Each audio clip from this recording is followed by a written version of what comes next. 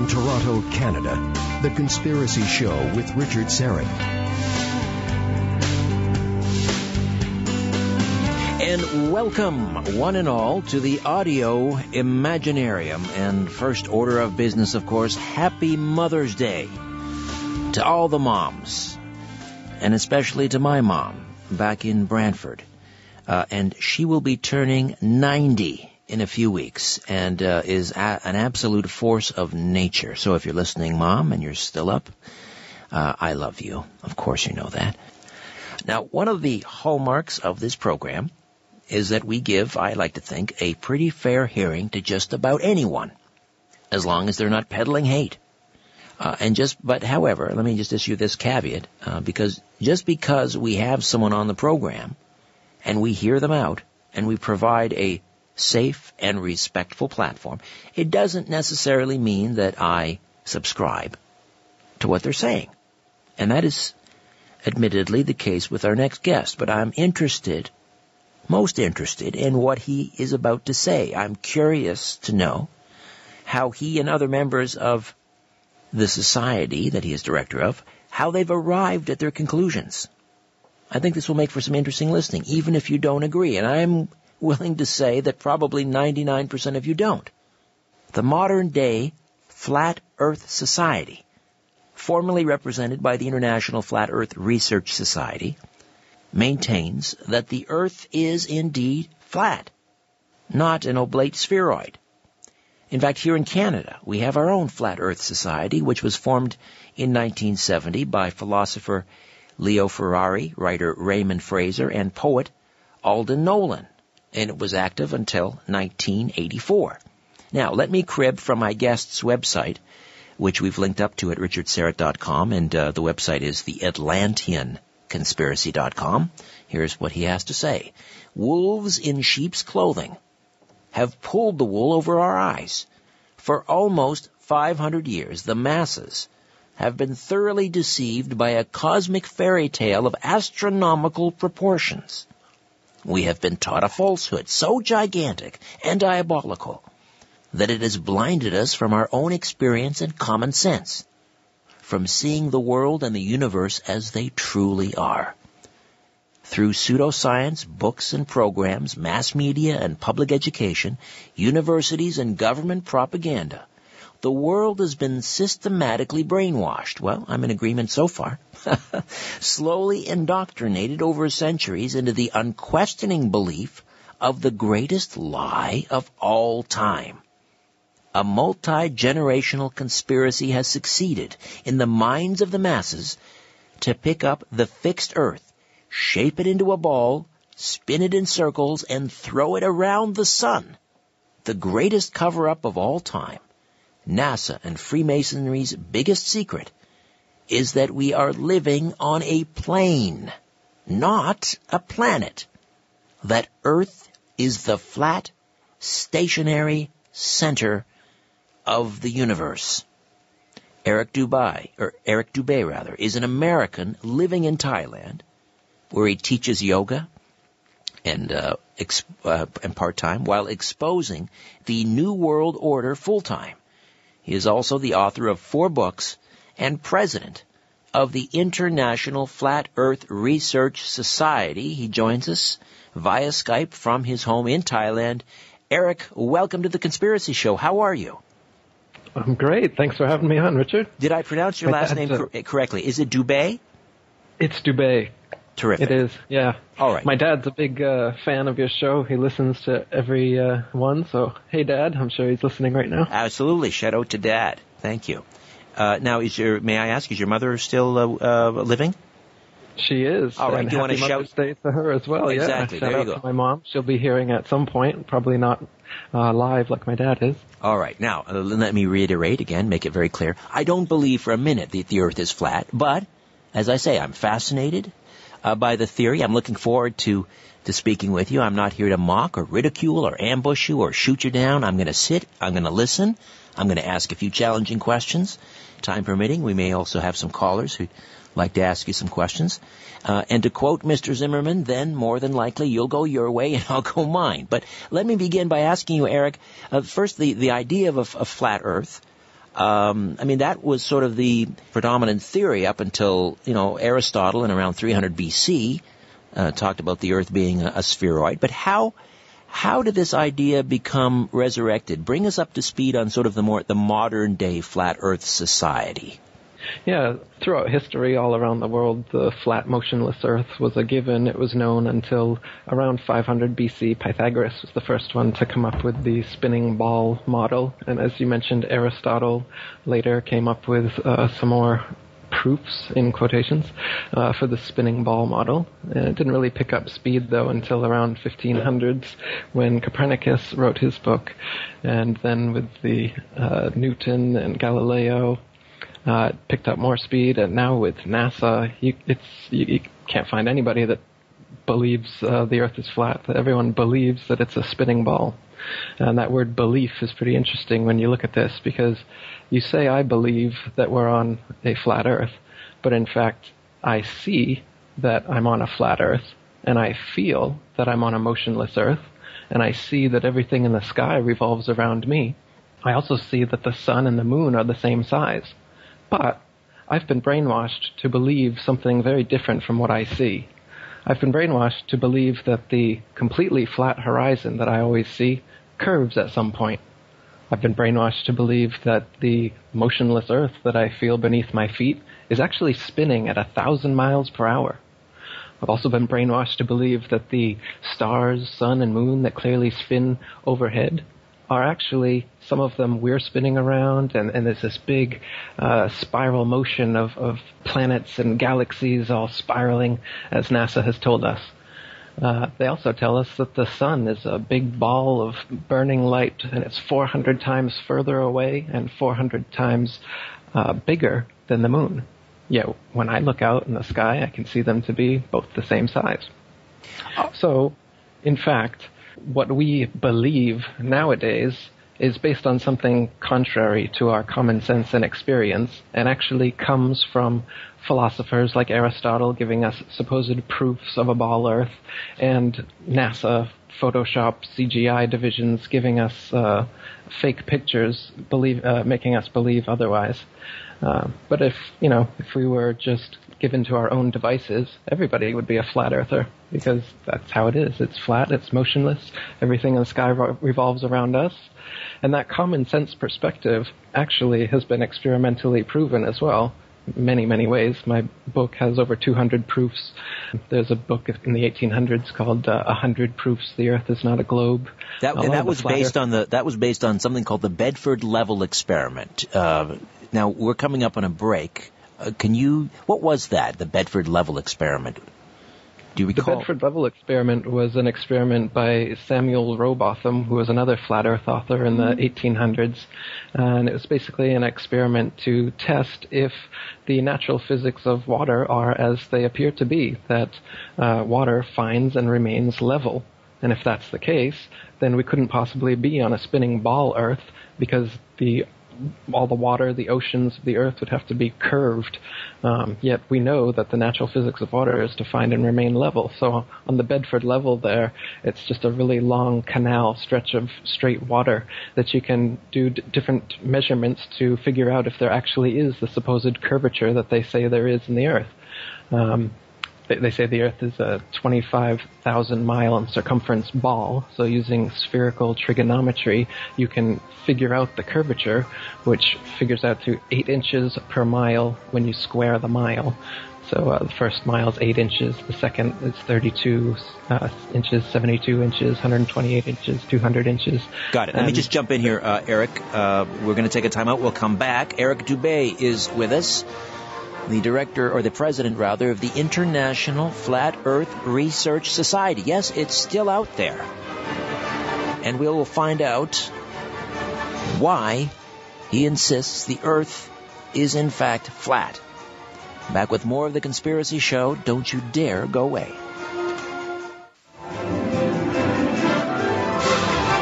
Where there's smoke, there's The Conspiracy Show with Richard Syrett. Welcome back.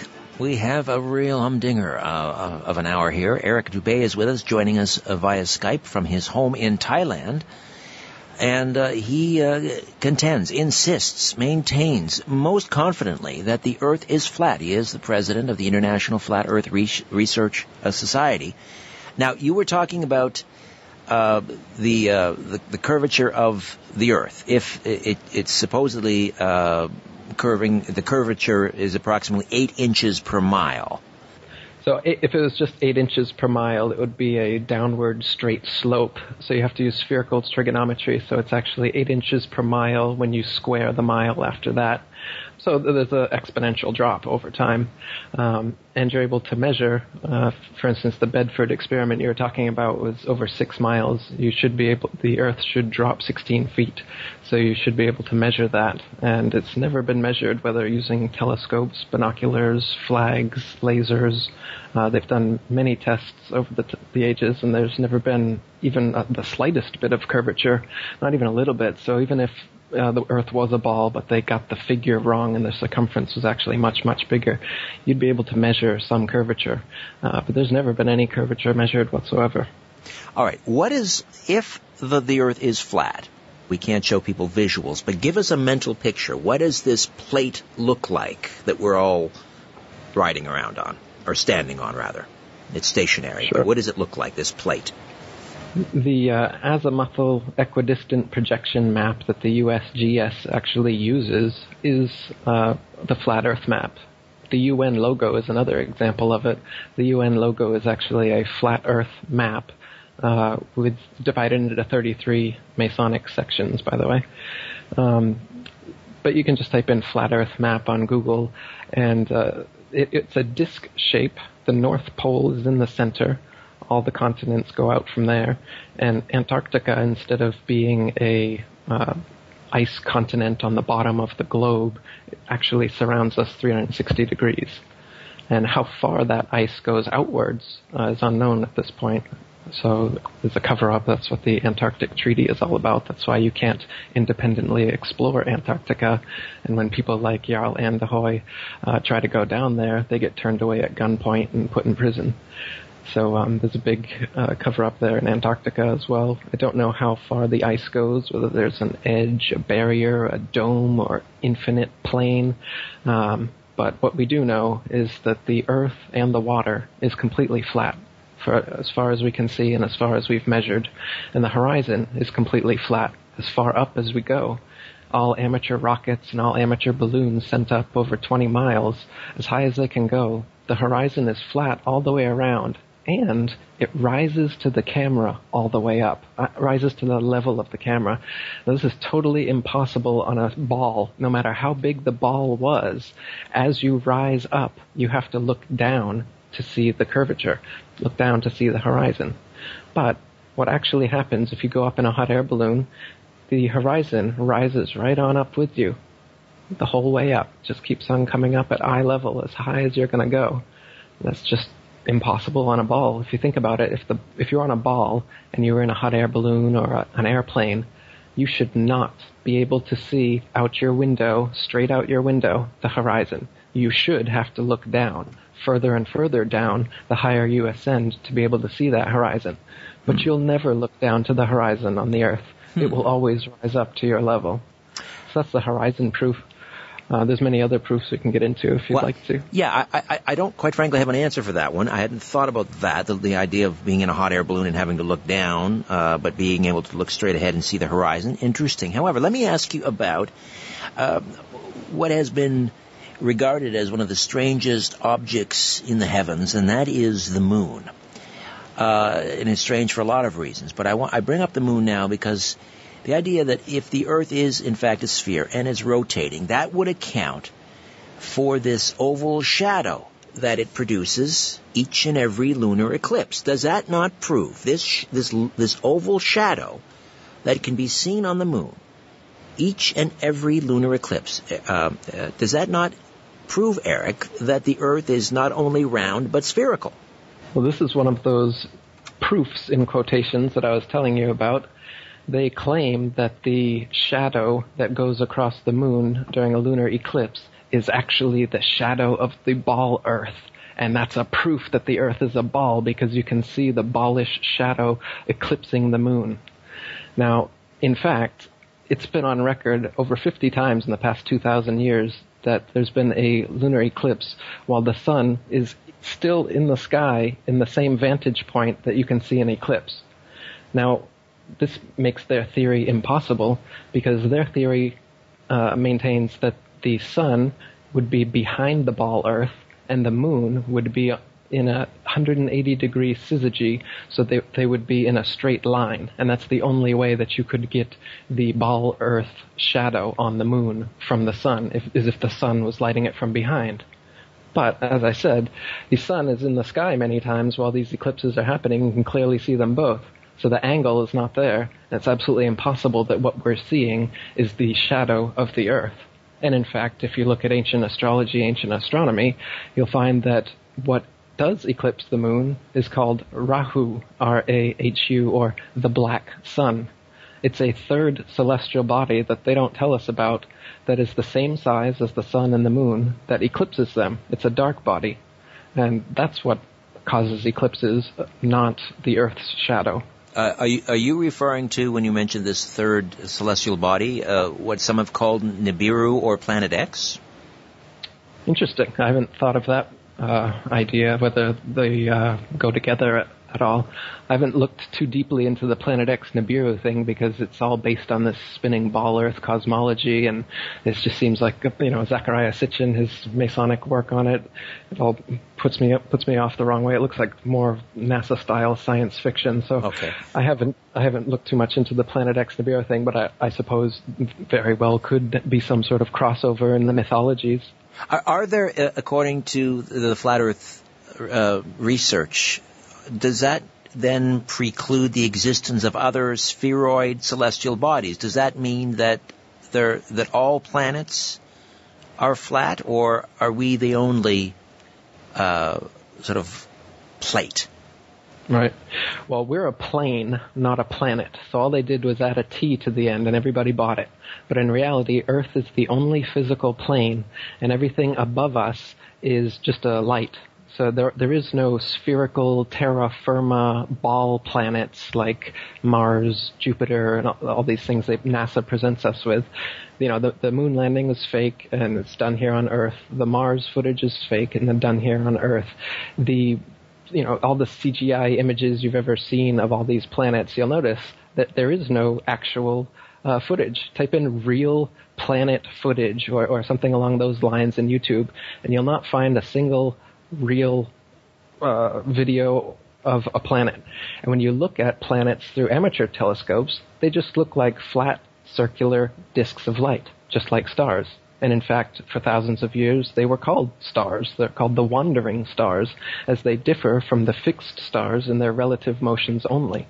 The fixed stars stay completely fixed together in their constellations day after day, year after year, millennia after millennia, which is another proof that we're not on a spinning ball going all around the galaxy like they tell us, because Polaris, the North Pole star, stays exactly where it is, right above us, and all the other stars rotate in a dome-like planetarium shape eastward in a 24-hour cycle all around us.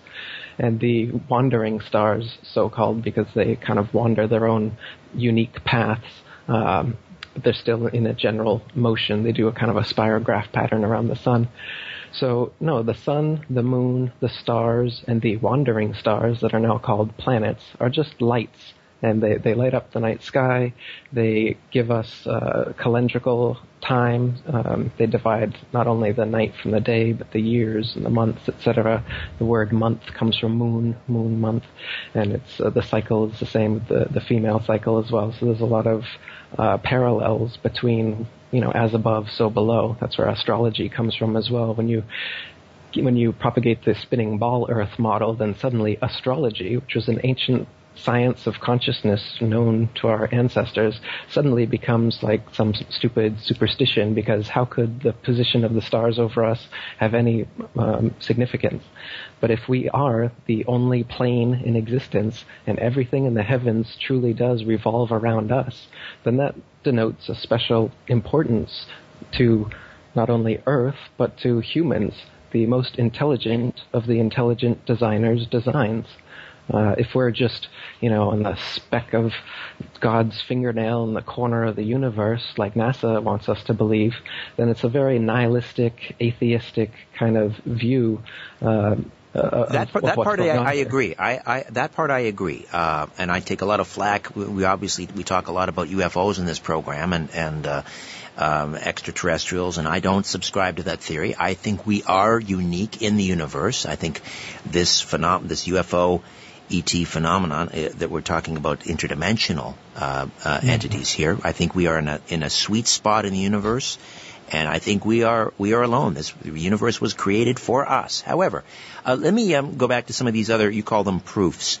And obviously you've heard all of these before, but I'll throw them out to you and you can handle them as you will. And that is, of course, the old ships in the horizon argument, that you go down to the beach and you do not see, as ships approaching, they don't just appear out of the horizon like they would if the world was in fact flat. They seem to emerge from beneath the sea because they're obviously, they're not emerging from the waves, but they're coming up into the horizon. So does that not, to the naked eye, obviously, to me anyway, I look at that and say, well, obviously that's because the Earth is round. Well, that's another one of the old proofs. But in fact, it's a proof of the opposite when you do it yourself. Because what happens is if you watch a boat disappearing over the horizon, as you said, the hull is going to disappear before the masthead, and people have been saying for centuries that that's because it's going over the curvature of the ball Earth. But if that was the case, then after it disappeared from sight from going over the curvature of the ball Earth, you would not be able to bring it back into sight by using, say, a zoom camera, a binoculars, or a telescope. But in fact, you can let the boat completely disappear and then train a telescope on it, and you will bring the entirety of the boat, including the hull, back into view, proving that it did not descend over a wall of convex water, and in fact the horizon is the vanishing line of perspective from your point of view. And that's why you can zoom in on it, or if you rise in altitude you can see more, or on a clearer day you can see further. The horizon is not the curvature of the ball Earth, as we've been told. It is simply the vanishing line of perspective, the law of perspective, as any artist would know. It's the same reason, railroad tracks seem to converge on each other off in the distance, this kind of thing. All right. Or in a hallway as well. The ceiling and the floor converge, yeah. All right. Same idea. You mentioned the constellations earlier, and let me just throw this one out again. And just to remind people, Eric Dubay is with us, the president of the International Flat Earth Society, or Flat Earth Research Society, joining us here on The Conspiracy Show from his home in Thailand. And before I get to the next one, and we are approaching another break, and I want to talk about some of these things you've already mentioned, but we'll come back to them. When, for you, did this realization happen? You grew up, I'm guessing, in a public school system.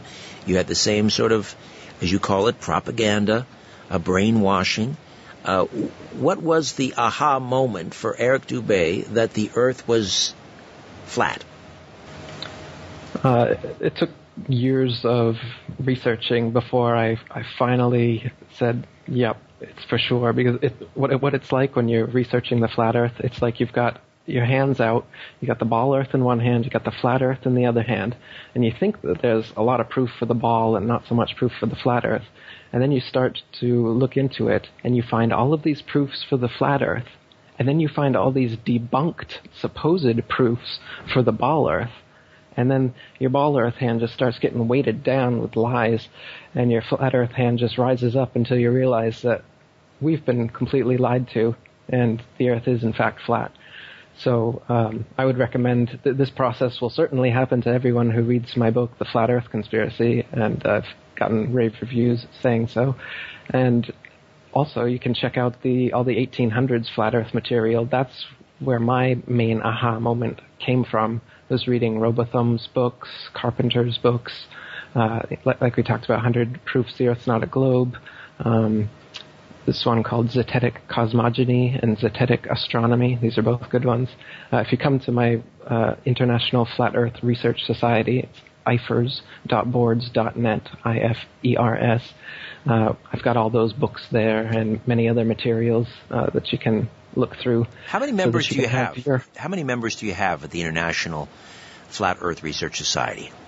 I just restarted it. As you mentioned, the International Flat Earth Research Society was the first Flat Earth Society in the 50s, and then Leo Ferrari's came along in the 70s, and then his is the only one that existed in the form of the Flat Earth Society online. And so I just restarted the International Flat Earth Research Society just a few months ago. So we've got about 500 members and about 800 guests visiting every day at the moment. But any scientists, astronomers that are part of your organization? Yeah, we just had one join. She went to school for astrophysics, and she didn't finish her degree, she said, and she's quite glad now that she started looking into everything. Interesting. All right, Eric, stay put. We'll come back on the other side. The flat Earth. Believe it or not. Come back and listen to some more of my conversation with Eric Dubay right here on The Conspiracy Show. Big Brother is listening, and so are you, to The Conspiracy Show with Richard Syrett. Welcome back. Eric Dubay joining us live from Thailand via Skype, talking about the flat Earth. I was on my lovely bride, the mighty Aphrodite, is in Greece at the moment, and we were on FaceTime at about 5 o'clock this afternoon, and she was getting ready for bed. It was midnight in Greece, so we have time zones. The idea of time zones.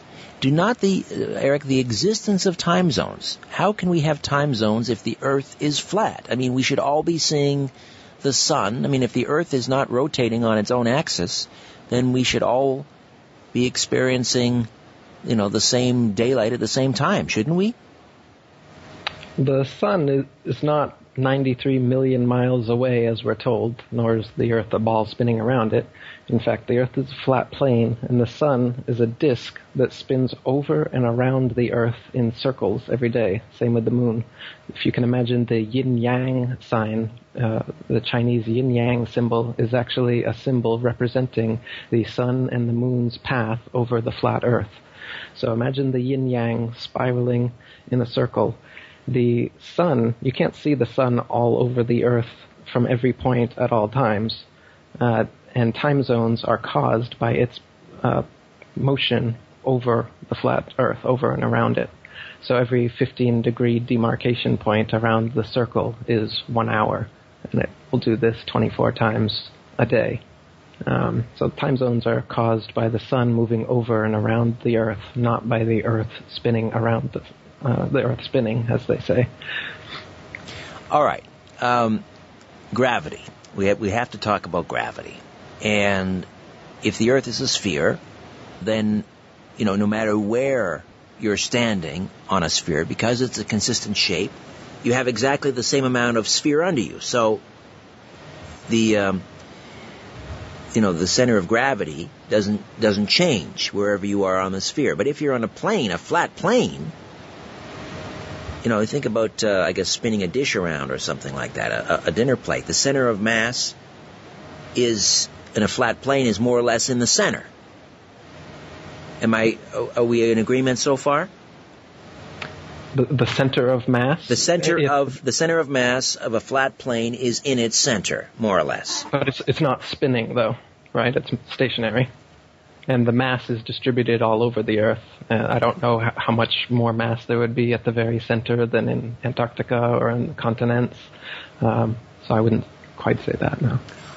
That's true. If it's not spinning, then the center of gravity would be consistent.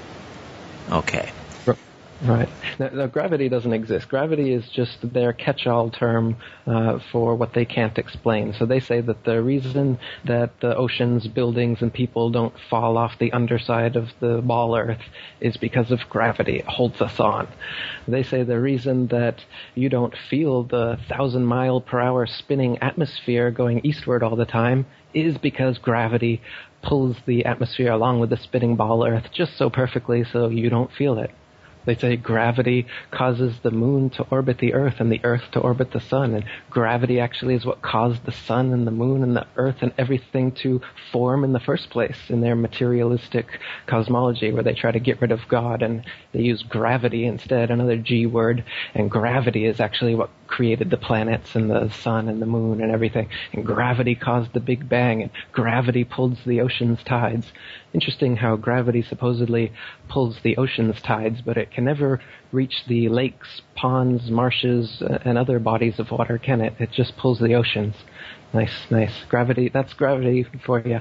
But in reality, everything that nowadays is explained through gravity was already explained adequately through the laws of density and buoyancy. So if you drop a feather and it slowly floats to the ground, or you drop a brick and it drops right to the ground quickly, or you fill up a helium balloon and it rises, or you fill up a hydrogen balloon and it rises even faster, this is all based on density and buoyancy. It has nothing to do with gravity. Gravity is this fictional pulling force that they say pulls us to the center of the ball Earth and keeps us from falling off of it. But they can't actually show you any example of some mass, by virtue of its large mass alone, causing other masses to stick to or orbit around it, as they claim gravity, this force gravity does. So gravity was given to us by a knighted Freemason, Sir Isaac Newton, who just took the pre-existing laws of density and buoyancy and applied it to the budding heliocentric spinning ball model. And that's what we're taught in schools nowadays. All right, we'll take another time out. I've been on a plane. I've, fairly long trips on a plane. And it seems planes can travel in a relatively straight line for a very long time and not fall off any edges. They can, and also theoretically, some do, actually circle the Earth nonstop. So we'll find out what that portends. What does that mean in terms of a flat Earth theory? Back with more of my conversation with Eric Dubay here on The Conspiracy Show. Stay with us.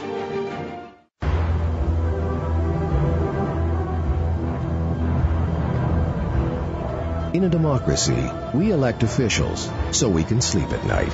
So why are you up? All right, we are back. Our last segment with Eric Dubay, president of the International Flat Earth Research Society, joining us live on the line from his home in Thailand, or I should say via Skype, here on The Conspiracy Show.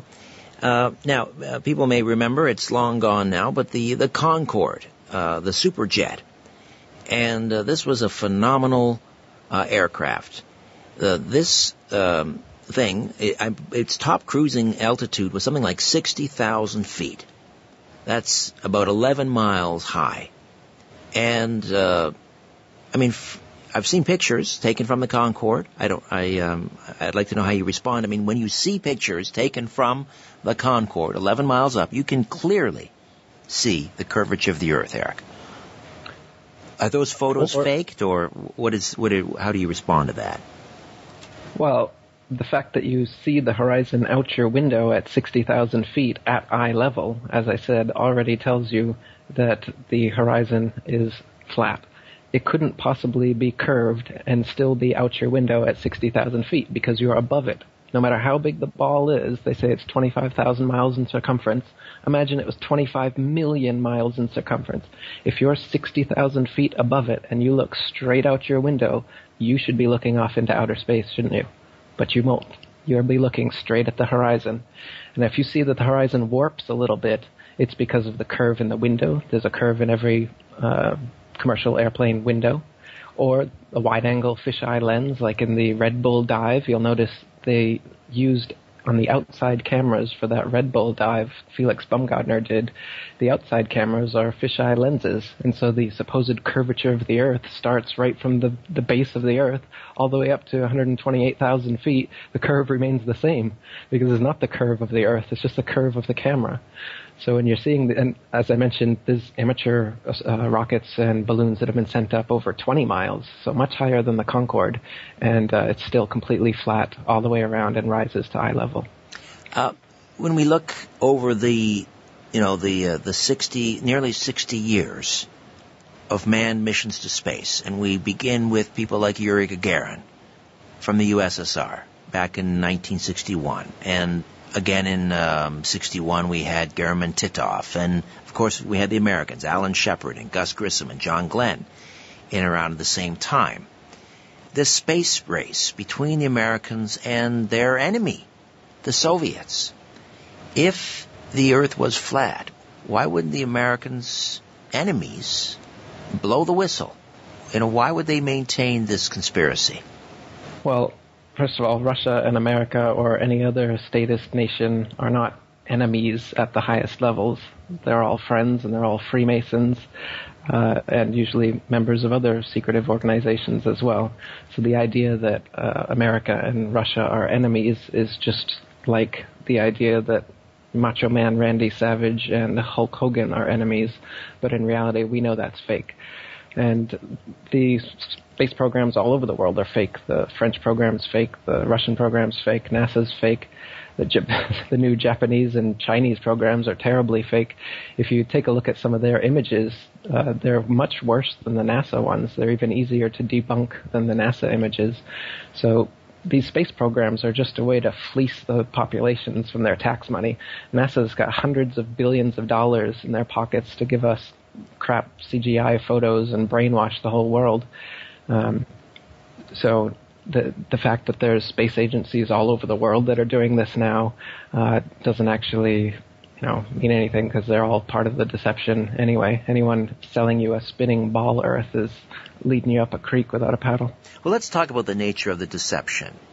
What is the point of trying to brainwash the masses that we are living on a plate and not a planet? What purpose does that serve? Well, this is speculation now because I'm not the person enacting this deception. As I just said, NASA and the other space agencies certainly are some of the biggest black budget black holes in existence. So there's definitely a profit motive to do this, just as there is with any deception or manipulation. You fool people into giving you money. And these space agencies aren't the only example we see of governments doing that to us. So they're definitely fooling us into giving them money. But beyond that, there's a spiritual nature to this deception where they're materialists, and they're trying to come up with this whole cosmology, this whole Big Bang idea that can erase God from existence, erase intelligent design, and maintain that just physical matter, gravity, their God, causes a Big Bang sneeze, a creationary explosion, and all this stuff just coalesces together into this perfect Earth and, celestial bodies and everything that we see around us. To me, I don't know what you think, Richard, it's pretty obvious that we're in an intelligently designed system here. I agree with you, 100%. I agree with you. But I don't see how it follows that if you allow for the existence of spheroids in the universe, that takes God out of the equation. God could just as easily... in fact, there was an interesting book written a number of years ago called Who Built the Moon? And I had the co-authors on the program, and they talked about what a remarkable heavenly body the moon is. And the suggestion was that it was built, it was designed, because without it, there would be no...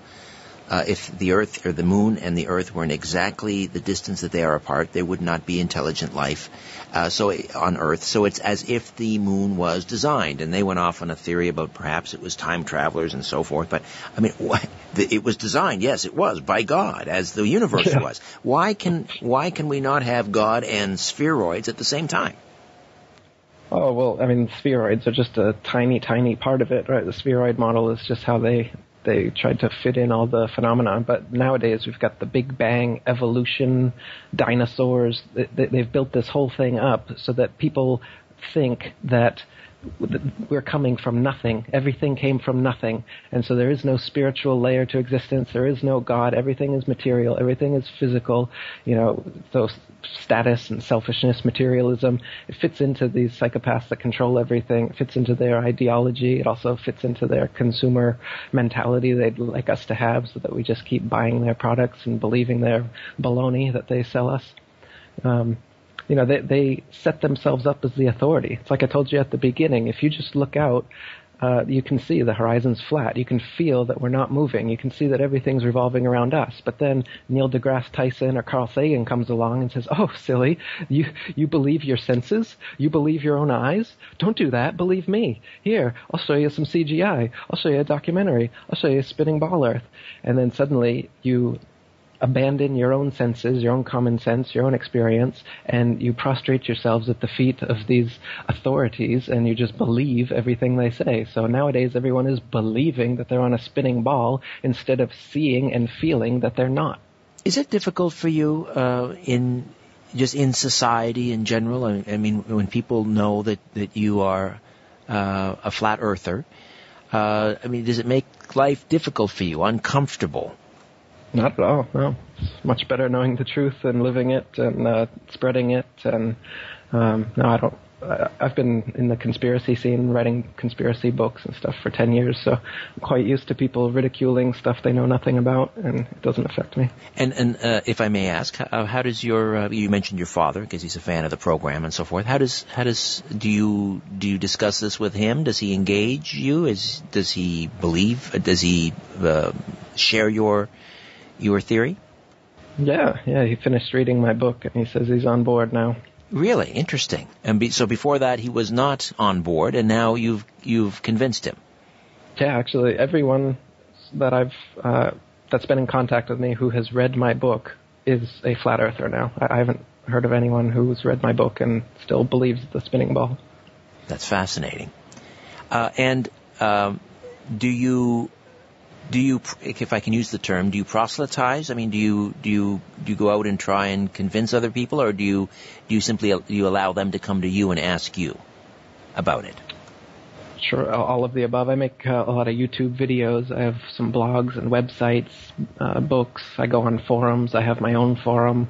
Yeah, I've definitely been proselytizing this and other conspiracy truths for a long time. Have you offered to debate, let's say, a non-flat earther, let's say at some academic institution, an astronomer, an astrophysicist? Have you ever offered to debate any of these individuals, and have they ever accepted? No, but I would be interested, especially some of the bigger NASA names like Neil deGrasse Tyson. I'd love to debate him. And you're confident that you would emerge victorious? Sure. There's not even a shadow of a doubt in your mind that the Earth is flat? No, I researched it long enough to make sure that I was correct. It's fascinating. And still researching it now today. I don't have answers for everything. Like I told you, what's beyond the Antarctic ice and stuff, I don't know. There's still mysteries to it. But as far as whether the Earth is spinning or a ball, no, it's absolutely not. What about, I mentioned the transit, these long flights. Airplanes can now circumnavigate the globe, they would say, as one of the proofs that we are not living on a flat Earth. That you can fly around the Earth nonstop. Right. But you can fly around a flat plane as well. And so all these people from Magellan up to current plane circumnavigations are just going east to west around the flat Earth. They're not going under the supposed ball under Antarctica. There are no routes that go straight over Antarctica, as there should be, such as Australia to South America and some other routes like this. The straightest line path, if we are on a spinning ball Earth, is to go straight across Antarctica. But they never do that. They take the long route around. And when you ask them, why do you take the long route around instead of just going straight, they say, it's too cold. The planes can't handle it. But of course, this doesn't make much sense when they're supposedly out there in outer space and have gone to the moon where it's much colder and much hotter, and they have the technology to do that. So why can't they just go straight across Antarctica with these flights? They never do. So circumnavigation is only east to west, and that's possible on a plane as well as a globe. So the supposed proof doesn't actually prove one way or the other, because it's possible on both. You mentioned that the United Nations flag is, in fact, a depiction of a flat Earth. So what are they trying to tell us? They're trying to clue us in? Are they teasing us? Why would they do that? Well, it's not only is it a flat Earth map, but it's divided like a bullseye target into 33 sections. And, you know, Freemasonry has 33 degrees. Right. So, and it's also blue, like the first 3 blue degrees of Masonry. So to me, the flag, the logo, is like a big nudge, nudge, wink, wink for the Freemasons of the world. It's the biggest and oldest secret society in existence with over 5 million members worldwide. And they're the ones who are behind this spinning ball deception from the get-go. So it's kind of a way for them, just like all the symbology they use in Hollywood and elsewhere, it's a way for them to communicate to each other, like, hey, we know what's going on. Meanwhile, the sheeple public can look at that and really not even pay attention whatsoever and have no idea what's going on. And it gives you this symbolic control over humanity because you know the symbolism, the right brain kind of information, and everyone else is locked in their left brain prisons where they can't read the symbolism and see what you're talking about. Ancient society, ancient languages were all symbolic, you know, hieroglyphics, cuneiform. Sure. They were all based on symbols, and so the people who were using those languages were much more right-brained. They're much more right-brained. Well, actually, they're probably even nowadays we're overly left-brained. If you look at a CAT scan. I think that's absolutely true. Eric, I wish we had more time. Perhaps we can, maybe I can arrange for a debate on this program. If you'd be good for that, and I'm sure you would be. Eric, a real pleasure meeting you. Thank you. Leave us with a website again. Yeah, it's AtlanteanConspiracy.com. A pleasure to meet you, and thanks for sharing. Thank you. It's good talking to you. You too. Likewise. Eric Dubay, President of the International Flat Earth Research Society. Fascinating. My website, RichardSyrett.com. Say hello on Twitter @RichardSyrett. And as always, wherever it leads, follow the truth.